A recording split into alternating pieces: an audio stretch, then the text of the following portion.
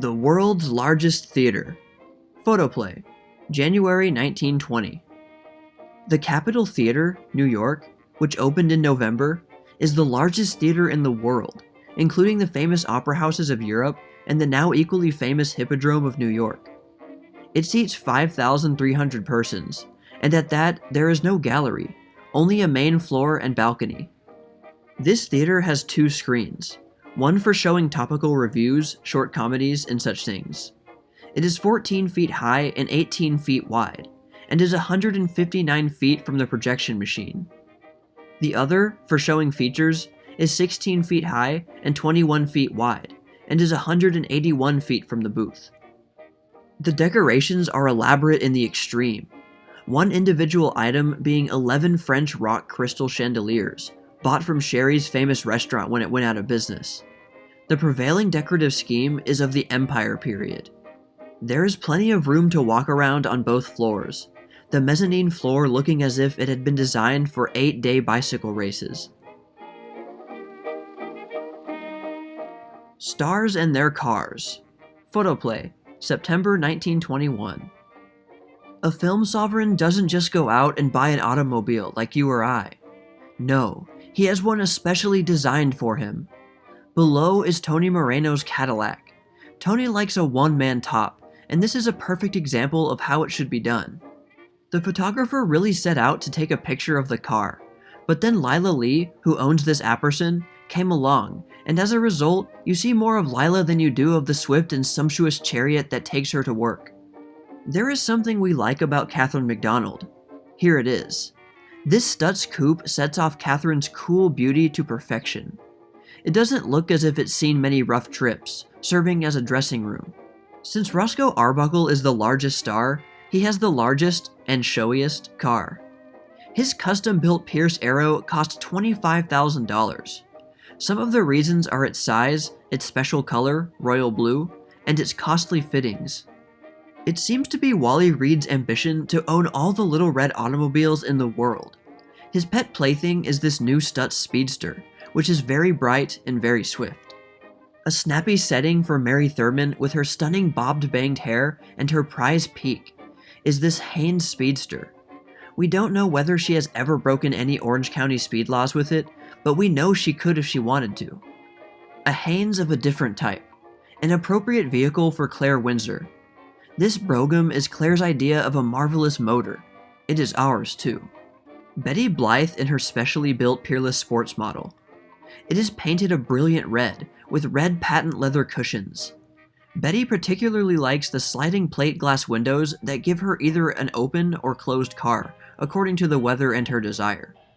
One of the most unusual cars in California, Tom Mix's custom-built Locomobile. It is a mahogany red with saddle-colored upholstery. Notice the leather strappings on the door, studded in exactly the same patterns as Tom's saddle. This car, a special body on a new Winton owned by J. Parker Reed, Louis Glaum's manager, is particularly noticeable for its all-nickel hood. The body is a biscuit yellow. The House That Jackie Built. Photoplay, January 1923. Even though he is a star and owns a house and everything, Jackie Coogan does not neglect the literary side of his life. We find him absorbed in the thrilling adventures of one Raggedy Ann, a real little boy for all that. Seriously, he studies and studies.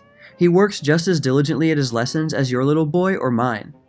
Between scenes at the studio and at home. And he's in the 4th reader already.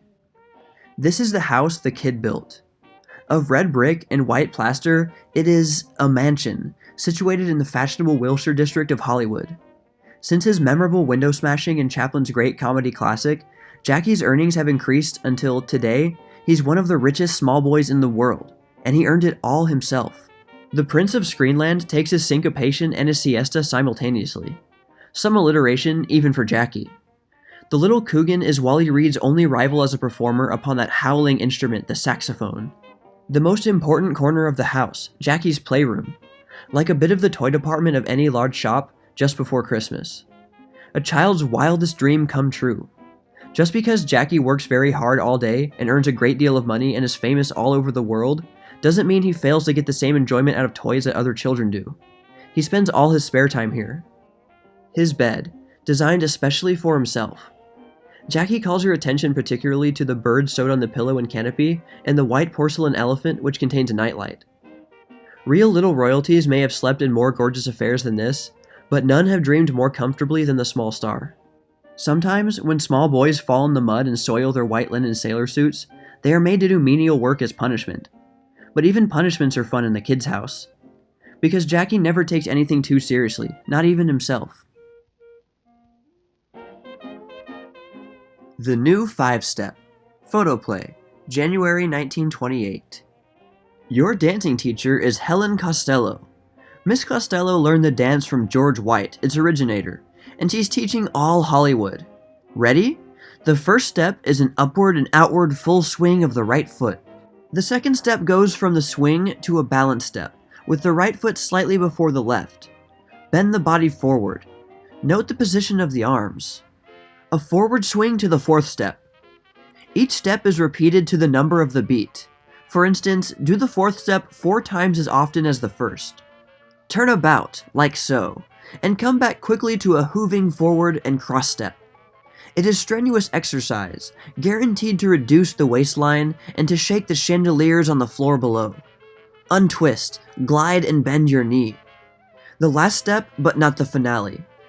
End the dance with least breaking stomp. The music is The 5-Step from Manhattan Mary.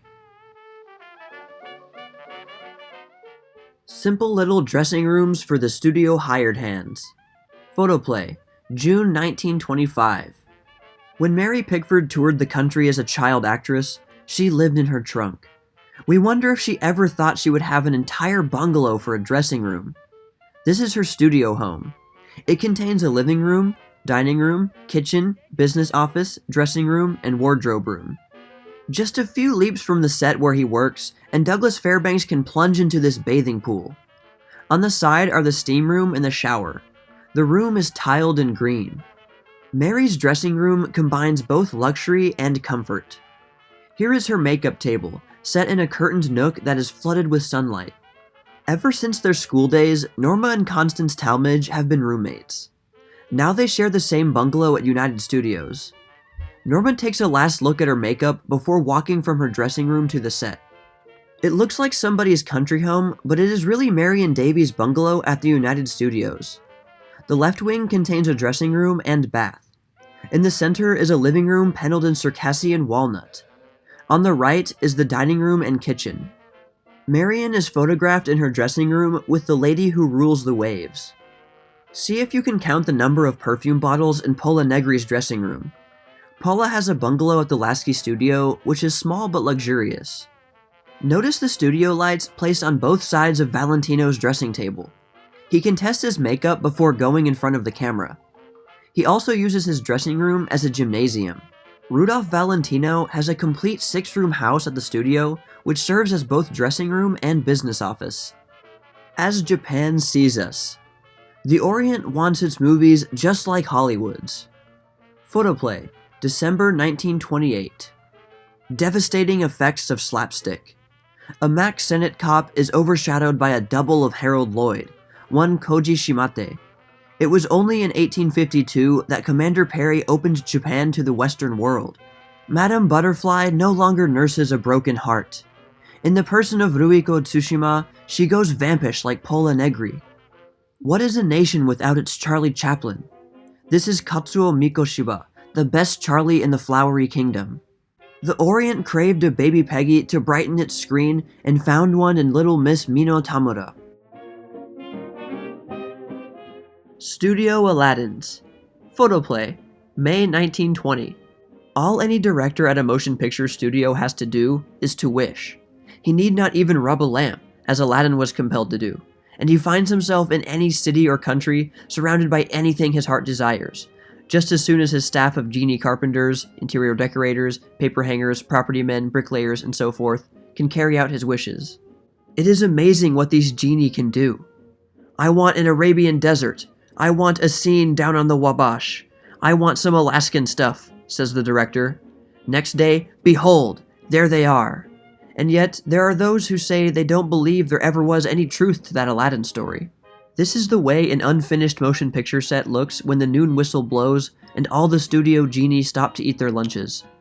Below, it is the same set after it has been completed and dressed up. This is the important drawing room in The Prince Chap, starring Thomas Magan. The picture at your right shows the billiard room, which was built by dint of a lot of hard work, to serve as the background in a few scenes in Robert Warwick's Thou Art the Man.